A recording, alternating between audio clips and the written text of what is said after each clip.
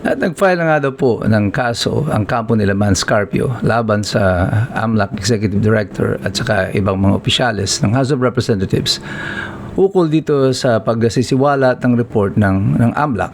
At kaninang umaga ay nagbukas na naman muli ang pagdinig ng House of Representatives ukol sa mini trial ng kanilang impeachment laban kay Sara Duterte. Ano ang katotohanan tungkol dito? Meron niya bang karapatan ang House of Representatives kagaya ng sinasabi ni Luistro na mag-inquire or i-require ang lahat ng opisyales, pati ang mga bank deposits, pati ang AMLAC, pati ang BIR, na buksan ang lahat ng ebidensya na kinakailangan nila sapagkat sila ay nasa isang impeachment process? Ito po si Attorney Mike Operario at pag-usapan po natin yan. At yun na nga, naging mabalita na nagsampa na nga ng kaso sila Manscarpio. At ito naman si Luistro, ang sinasabi niya sa kanyang opening statement pa lang kanina ay wala silang pakialam, di sila natatakot kung sila ay sampahan ng kaso sapagkat gagawin pa rin nila ang kanilang mga dapat gawin. Tama ba ang posisyon nila Manscarpio ukol dito sa non-disclosure ng AMLAC report, at saka tama rin naman ba itong ang House of Representatives na sinasabi na may karapatan sila under the Bank Secrecy Law na pabuksan itong mga report na ito? Well, dito po makikita ninyo na dalawang batas actually yung pinag-uusapan dito, yung Anti-Money Laundering Act at saka yung Republic Act number 1405 or yung an act prohibiting the disclosure in bank deposits or transactions. Dito po sa diniscuss ko nun, yung Republic Act number 1405, totoo naman mayroong provision doon na sinasabi dito na exception doon sa non-disclosure na ito ay yung kaso ng impeachment. However, dito sa proceedings sa House of Representatives, hindi po bank deposits ni Sara Duterte ang pinag-uusapan doon sa report. It is the AMLAC report, hindi po bank deposits. So, ang applicable po na batas dito ay yung Anti-Money Laundering Law o yung Republic Act number 9160 as amended. At dito po sa Republic Act number 9160, wala pong qualification. Meron pong absolute prohibition ng disclosure ng mga report. Bakit po may pagkakaiba? Dito po kasi sa bank secrecy, ito po yung actual transactions. At kung ang kaso ay kaso ng katiwalian, maaari nga kung dumating na sa punto ng impeachment, magkaroon ng disclosure as one of the exceptions. However, pagdating sa AMLAC, pagdating sa Anti-Money Laundering Act, the report itself is not yet a crime. Hindi pa po krimen yung report. Ang report po ay compilation lang ng mga sinumite ng mga bangko na pumapasok doon sa threshold ng report na po pwedeng o dapat na i-report ng mga bangko sa Anti-Money Laundering Council. So, yung report po is not a crime. Hindi po krimen kapag ikaw ay nabigyan ng report o yung transaction mo ay na-report.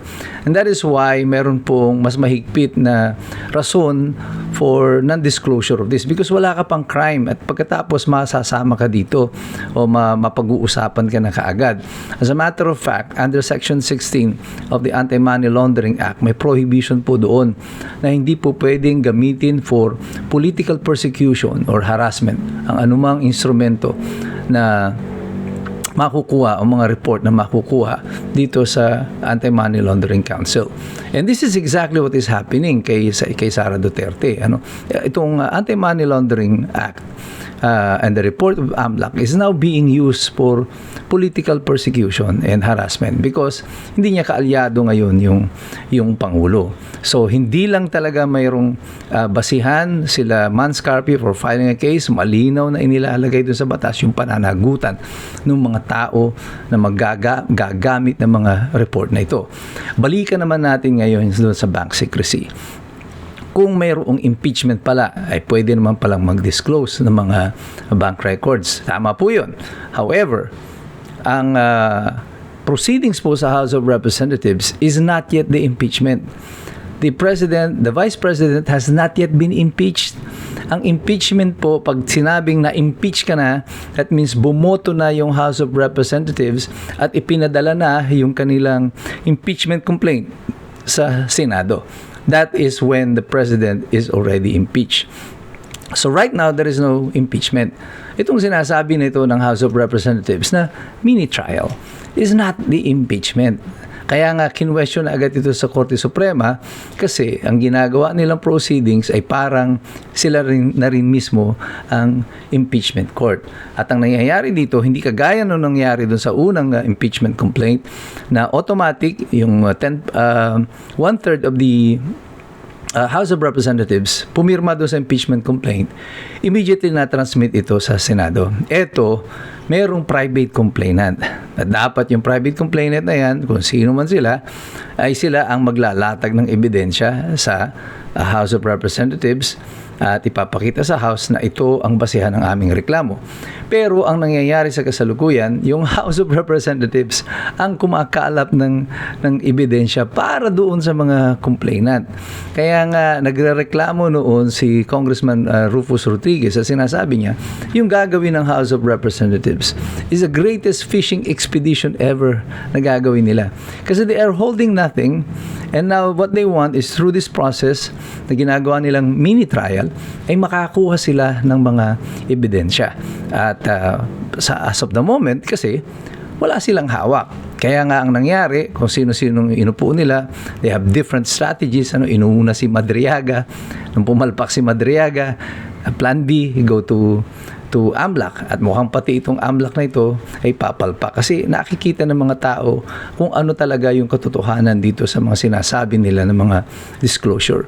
Hindi ko sinasabi o dinidepensahan si BP Sara dito na wala nga siyang mga deposito sa bangko or whatever. Wala naman akong personal na alam doon.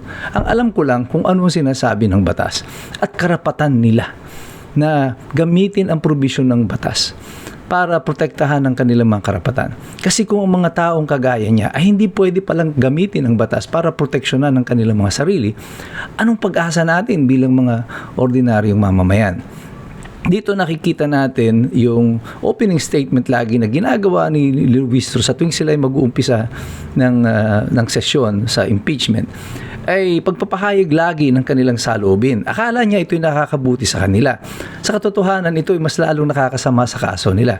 Kasi lahat ng sinasabi ni Luis Ro ay already a declaration of bias against the Vice President.